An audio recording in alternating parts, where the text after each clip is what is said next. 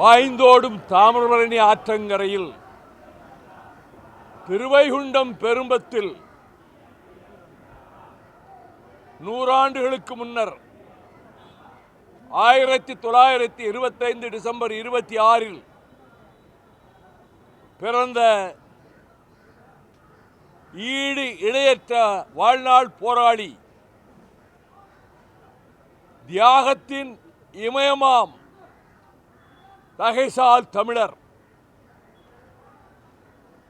சின்னஞ்சிறு பிராயத்தில் மாணவனாக வெள்ளையனே வெளியேறு ஆகஸ்ட் புரட்சி இயக்கத்தில் மாணவர்களை திரட்டி போராடி தனது 18ஆம் வயதில் இந்திய கம்யூனிஸ்ட் கட்சியில் தன்னை இணைத்துக் கொண்டு கிளை செயலாளர் முதல் தமிழ்நாடு மாநில செயலாளர், அகில இந்திய அளவிலே கம்யூனிஸ்ட் கட்சியினுடைய முக்கிய நிர்வாக பொறுப்பாளர் எனும் விதத்தில் செங்கொடி ஏந்திய லட்சிய கனலாக, சமரசமற்ற போராளியாக அவர் நடத்திய அந்த துன்பமும் துயரமும் நிறைந்த அடக்குமுறை எதிர்கொண்ட வாழ்க்கையில் 7 ஆண்டு காலம் சிறையில் இருந்தார். 2 ஆண்டு காலம் அவர் தலைமறைவு வாழ்க்கை நடத்திய போது ஒரு கட்டத்தில் காவல்துறையினர் அவரை கண்டுபிடித்து கைது செய்து ஒரு குன்றின் சரிவிலே கொண்டு போய் நிறுத்தி சகிக்க முடியாத, நாம் கற்பனை செய்ய முடியாத சித்திரவதைகளை செய்தனர். அனைத்தையும் தாங்கிக் கொண்டார். அலறவில்லை, கூச்சலிடவில்லை, போதும் என்று சொல்லவில்லை. அதன் உச்சக்கட்டமாகத்தான் அந்த தாமிரபரணி ஆற்றங்கரை தெற்கு சீமைக்கே உரியவர்களினுடைய அடையாளமாக அடர்ந்த முறுக்கு மீசை அந்த அண்ணன் நல்லகண்ணுவனுடைய முகத்தில் இருந்ததை கண்டு சகிக்காத அந்த கொடிய விலங்குகளை விட மோசமான மனம் படைத்த காவல்துறையினர் அந்த மீசையினுடைய ஒவ்வொரு ரோமத்தையும் பிடுங்கி அதிலே கொண்டாட்டம் நடத்தினார்கள். அவர் வாயாலேயே இதனிடத்திலே சொல்லியிருக்கிறார் எப்படி நடந்தது என்று. சிறை வாழ்க்கையை தவ வாழ்க்கையாக ஏற்றுக்கொண்ட அண்ணன் கம்யூனிஸ்ட் கட்சி நடத்திய அனைத்து போராட்டங்களில் தொழிலாளர் வர்க்கத்தினுடைய, பாட்டாளி வர்க்கத்தினுடைய உரிமை கொடியை உயர்த்தி நடத்திய அத்தனை போராட்டங்களிலும் பங்கேற்றதோடு அவருக்கு பெண் கொடுத்த மாமனார் அந்த திருநெல்வேலி தூத்துக்குடி சீமையில் நடக்கக்கூடாத சாதிக்கலவரம் உண்டு. அவரது மாமனார் படுத்திருந்த இடத்திலேயே படுகொலை செய்யப்பட்ட போது அங்கு சென்று மாமனாரின் பூதவுடலுக்கு பக்கத்தில் போய் நிற்காமல் கம்யூனிஸ்ட் கட்சி அறிவித்திருந்த நெல்லை மாவட்டத்தின் பிரிதொரு பகுதியிலே போராட்டத்திலே போய் கலந்து கொண்டவர். அவர் தலை சிறந்த படிப்பாளி. எந்த நிகழ்ச்சிக்கு கலந்து கொண்டு பேசுவதானாலும் அதற்கான அந்த பொருளுக்கான ஆதாரங்களை எத்தனை நூல்கள் உண்டோ அத்தனையும் படித்து சின்ன சின்ன சின்ன குறிப்புகளாக வைத்துக்கொண்டு அதை பார்த்து பேசாமல் அனைவரையும் திகைக்க வைக்கும் விதத்திலே அவரது உரை அமையும்.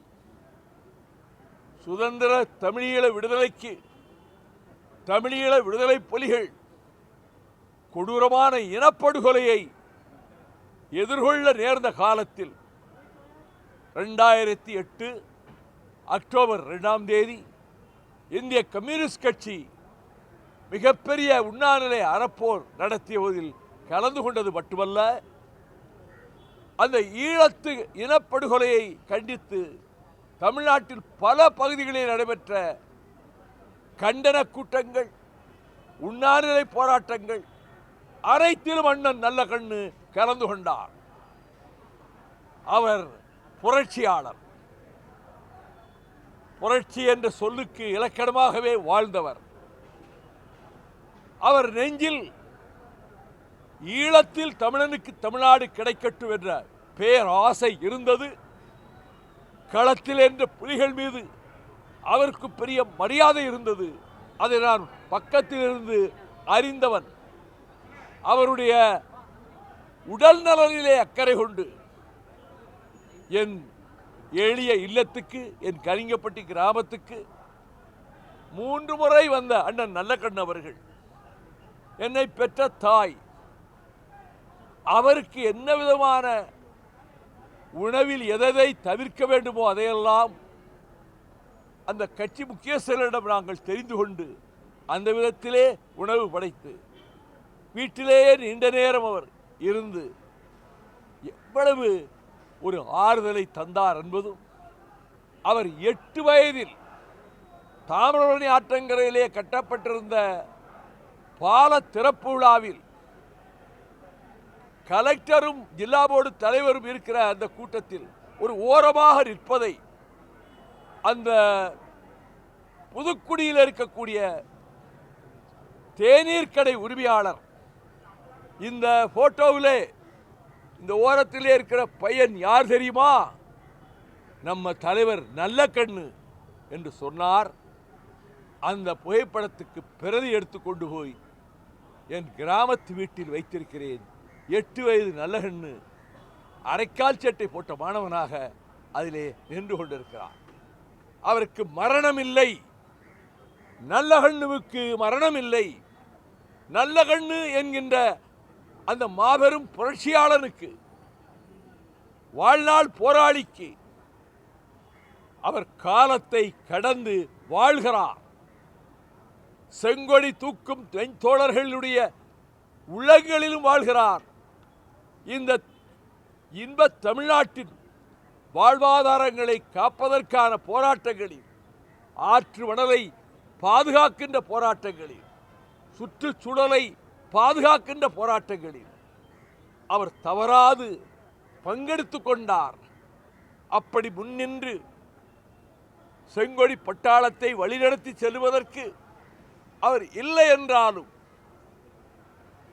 தோழமைக்குரிய செங்கொடி வீரர்கள், இந்திய கம்யூனிஸ்ட் கட்சியுடைய காம்ரேடுகள் ஒவ்வொரு போராட்ட களத்துக்கு போகும்போதும் அதில் முன்னால் நின்று அண்ணன் நல்லகண்ணு வழிநடத்தி செல்கிறார் என்று மானசீகமாக நினைத்து அவரை நெஞ்சிலே நிறுத்தி, அதுவே ஒரு ஊக்கத்தை தரும், உந்துதலை தரும். கம்யூனிஸ்ட் கட்சியினுடைய தலைகாலா செங்கொடிக்கு வீர வணக்கம் செலுத்துகிற தோழர்கள் உள்ளத்தில் மங்காது மறையாது என்றும் ஜொலித்துக் கொண்டிருக்கின்ற பிரகாச ஒளியாக அவர் காலத்தையும் கடந்து வாழ்கிறார் என்பதால் தான் யமன் கூட அவரிடத்திலே போராடித்தான் பார்த்தான். அவரை எளிதிலே வீழ்த்த முடியவில்லை. ஒவ்வொரு போராட்டத்திலும் அவர் மீண்டு இல்லத்துக்கு வந்தார். அந்த ஜீவ மரண போராட்டத்தில் அவர் மறைவதற்கு முதல் நாள் அரசு மருத்துவமனையிலே மருத்துவர்கள் உயர்ந்த சிகிச்சை தந்தார்கள்.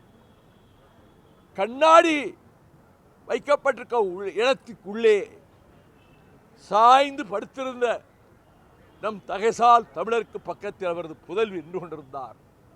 நான் அந்த கண்ணாடிக்கு வெளியில் இருந்தவாறு அண்ணன் நல்லகண்ணு அவர்களை பார்த்து இருகரம் கூப்பி வணங்கியவாறு மனதுக்குள், அண்ணரே, நீங்கள் விடைபெற்று செல்ல இருக்கிறீர்கள். உங்களுடைய ஆவி இன்னும் சில மணி நேரங்களிலேயோ பல மணி நேரங்களிலேயோ அடங்கலாம். உங்கள் உயிர் பறவை பிறந்து போகலாம். ஆனால் இந்த நேரத்தில் நான் பிரார்த்தனை செய்வதெல்லாம், உங்களுக்கு இருந்த அந்த உறுதி எனக்கு வேண்டும். உங்களுக்கு இருந்த சமரசமில்லாத லட்சிய தாகம் எனக்கு வேண்டும். எத்தனை தோல்விகள் வந்தாலும், எத்தனை எதிர்ப்புகள் வந்தாலும், ஏன் இடி சொல் ஏளன சொல் ஒருவேளை என்னை சூழ்ந்தாலும் அதை நெஞ்சுறுதியோடு தாங்கிக் கொள்ளக்கூடிய பலத்தை அண்ணன் எனக்கு தர வேண்டும் என்றுதான் நான் பிரார்த்தனை செய்தேன். அவருக்கு அரசு மரியாதை, அந்த அரசு மரியாதைக்கு எதனால் மரியாதை, தகைசால் தமிழர் அந்த பதவிக்கு இவரால் மரியாதை. இன்னும் அவருக்கு என்னென்ன சிறப்புகள் செய்ய வேண்டுமோ அதனை தமிழ்நாட்டினுடைய முதலமைச்சர் என் ஆருயிர் சகோதரர் தளபதி ஸ்டாலின் அவர்கள் திட்டமிட்டு இந்திய கம்யூனிஸ்ட் கட்சியினுடைய தலைவர்களிடம் கலந்து ஆலோசித்து செய்வார். அப்படி செய்யக்கூடிய மனப்பாங்கோடு இருக்கிறார். அண்ணன் நல்லகண்ணுவினுடைய இந்த பிரிவில் வந்து கண்ணீர் சிந்தி மலர்களை சூட்டி அவருக்காக புரட்சி முழக்கம் எழுப்ப எத்தனை எத்தனை எத்தனை கட்சிகள், இந்த தமிழ்நாட்டிலே இருக்கக்கூடிய அரசியல் கட்சிகள் மட்டுமல்ல, பொது நலனில் அக்கறை கொண்டவர்கள் அத்தனை பேரும் இந்த மாமனிதனுடைய மேனியை காணத்தான் வருகிறார்கள். மறைகிற போதும் என் உடலை மண்ணுக்குள்ளே புதைக்காதீர்கள், என் உடலை சிதையிலே வைத்து விறகு நெருப்பு மூட்டி எரிக்காதீர்கள், இந்த உடலின் அவயவங்கள் மரணத்தோடு போராடுகிற மற்ற நோயாளிகளுக்கு பயன்படட்டும் என்ற உன்னதமான குறிக்கோளோடு தன் மேனியை அரசு மருத்துவமனைக்கே ஒப்படைத்து விட்டார். மரணத்திலும் கூட தன் புகழ் கொடியை உயர்த்தி விட்டார். மறக்க மாட்டோம். என்னை பொறுத்தமட்டில் அண்ணன் நல்லகண்ணு அவர்களை மறுகால் குறிச்சியிலே காவல்துறையினர் உள்ளே புகுந்து அப்பாவி இளைஞனை சுட்டுக் கொன்றதை கண்டித்து தாலுகா அலுவலகத்துக்கு எதிரே நான் 1000 பேரோடு உண்ணாவிரதம் இருந்தபோது சென்னையிலே இருந்து விருந்தோடி வந்து அந்த உண்ணாவிரத பந்தலில் அவர் உடல் நலம் கெட்டிருந்த நிலையிலும் உட்கார்ந்து மாலை 6 மணி வரையிலும் எத்தனை செய்திகளை சொன்னார். இந்த தென்னாட்டு போர்க்களங்களை சொன்னார். அந்த போராட்ட களங்களின் தலநாயகர்கள் யார் யார் என்பதை எல்லாம் சொன்னார். எனக்கு தெரியாத செய்திகளை சொன்னார். அவரிடத்திலே இருக்கக்கூடிய 2 புத்தகங்களை இவரிடம் கொடுத்து விட்டார். ஒரு மிகப்பெரிய படிப்பாளி, மிகப்பெரிய லட்சியவாதி, மிகப்பெரிய போராட்ட தலநாயகன். அரசியலுக்கு இன்றைக்கு யார் வந்தாலும் சரி, இனி யார் வந்தாலும் சரி, அவர்கள் எடுத்துக்காட்டாக வழிகாட்டும் ஞான தந்தையாக மனதிலே கருதி பின்பற்ற வேண்டிய தலைவன்தான் அண்ணன் நல்லகண்ணு அவர்கள். எளிமையின் சிகரம், நேர்மையின் சிகரம், பாட்டாளி வர்க்கத்தினுடைய உரிமைக்கு கொடியேந்தி முழக்கம் இடுவதிலே சிகரம், ஒடுக்கப்பட்டவர்களுக்கு விடியலுக்காக ஏங்கிய உள்ளம், சாதி மறுப்பு போராட்டங்களை முன்னின்று நடத்திய தீரர், அனைத்து பிரச்சனைகளிலும் தமிழக நிலையை காப்பாற்றுவதற்கும் இந்திய உபகண்டத்தினுடைய ஜனநாயகத்தை பாதுகாப்பதற்கும் மதச்சார்பின்மையை நிலைநாட்டுவதற்கும் சாதி பிணக்குகள் அடியோடு அகல்வதற்கும் சமத்துவம் தழைப்பதற்கும் சமூக நீதி மலர்வதற்கும் கம்யூனிஸ்ட் மேனிஃபெஸ்டோவிலே சொன்னாரே, you have nothing to lose but your chains.